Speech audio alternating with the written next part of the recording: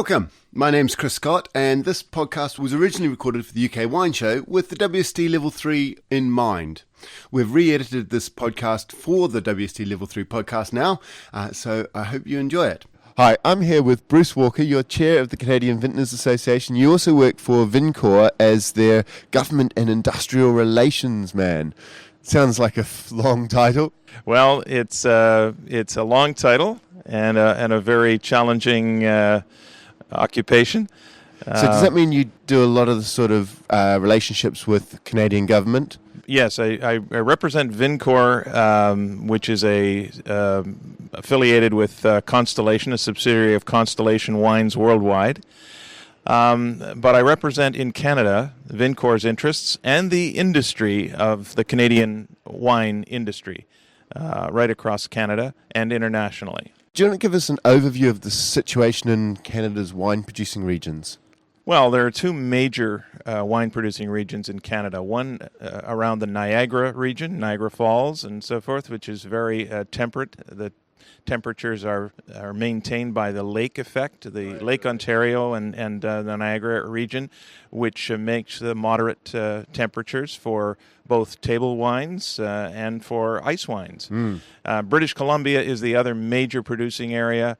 There are about 10,000 acres of vineyards in British Columbia and about 25,000 acres in Niagara. So in total, about 40,000 acres. Niagara is just above New York? Yes, just above New York. And British Columbia is? Just above Washington, Seattle. There's a valley called the Okanagan Valley that runs through both Canada and the U.S. North-south.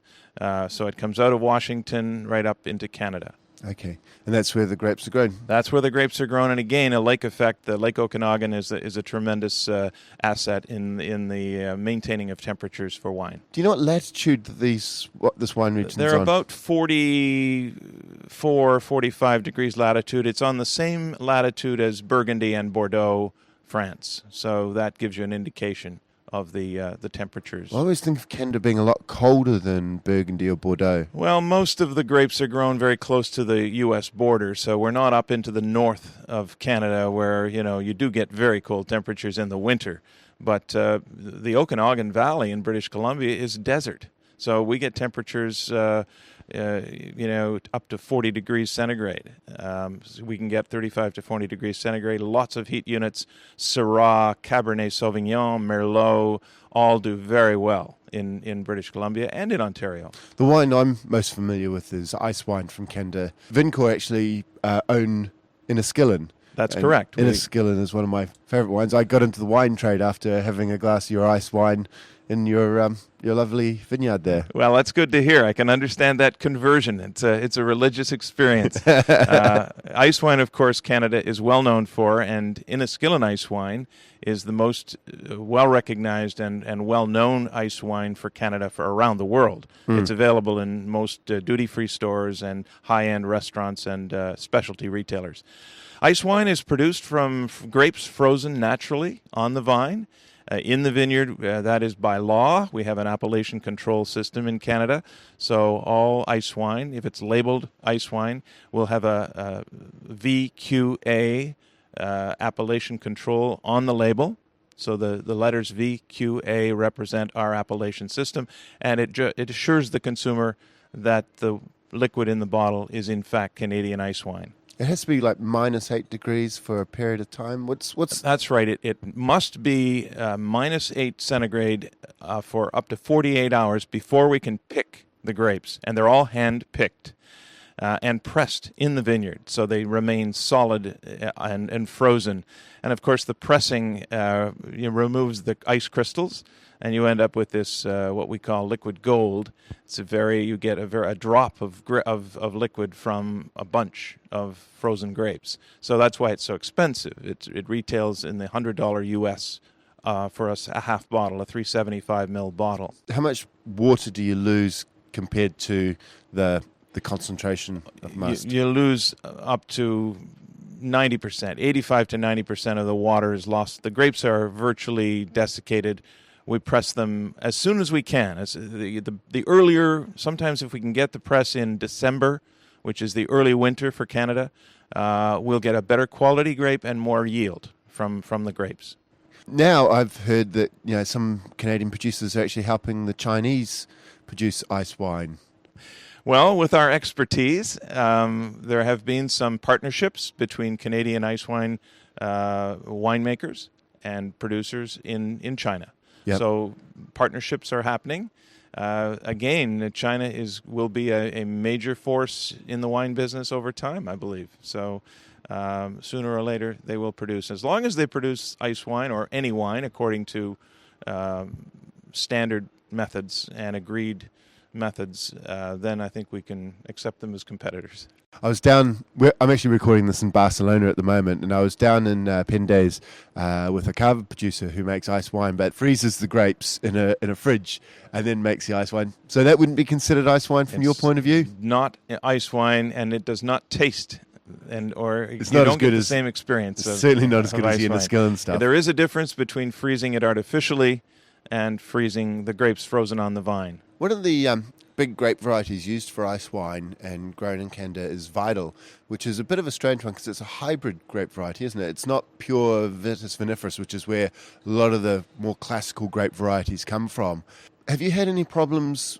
Because I know Europe's got some funny rules about quality and being only, wines of appellations can only be Vitis vinifera and all that sort of stuff. Was that much of an issue? Well, first of all, Europe respects our enological practices. We have a bilateral agreement where we have a mutual respect for each other's enological practices, in which this particular grape, Vidal, which is our primary ice wine grape, due to its thicker skin, so it can stay whole, doesn't break during freezing, but it also gives a much more complex taste profile, multi flavors of apricots and mangoes and such. So you end up with a very complex variety just from this, what is essentially, as you said, a hybrid grape. Now we do also make ice wine from Riesling grapes, which is the classic Vitis vinifera from Germany and Austria, where all of their ice wine is made from Riesling. And we also now make a small amount of ice wine from Cabernet Franc.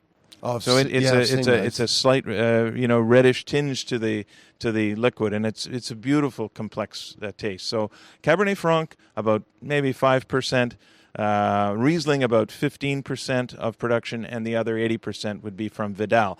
But not unlike we almost equate ourselves to cognac, if I may, which is made from Uni Blanc, which is not considered a classic grape variety in France, and yet it makes the best cognac. Uni Blanc. Yeah, I know it's a high-yielding, low-quality wine. What sort of future do you think there is for the Canadian wine industry? Well, of course, you'd expect me to say, and I will, that we see the future as very bright. We are, first of all, the cost of land in Canada now for good vineyard land is in the $100,000 an acre area. So $100,000 is what is now the selling price for good vineyard land. That's Canadian dollars? It's in Canadian dollars. So that'd be like, what, $3 American? No, actually, we're equivalent now. U.S. and Canada currency is identical. It's at par. So it's the same as American dollars. Now, that would be in British Columbia, where there's less land available, and you really have to look hard and virtually buy property that's already developed in vineyard.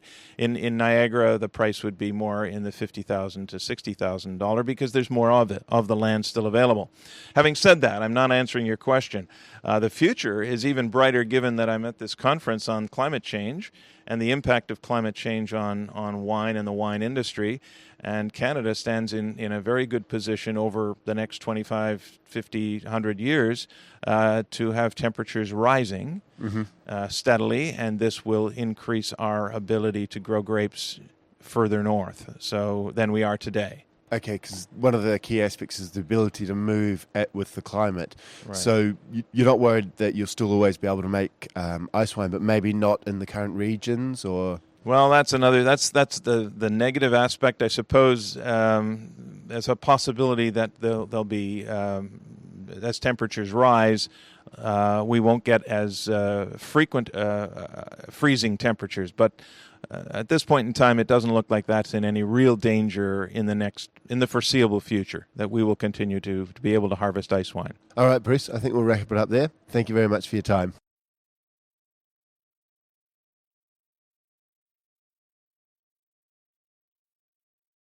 Welcome. My name's Chris Scott, and this podcast was originally recorded for the UK Wine Show with the WST Level 3 in mind. We've re-edited this podcast for the WST Level 3 podcast now, so I hope you enjoy it.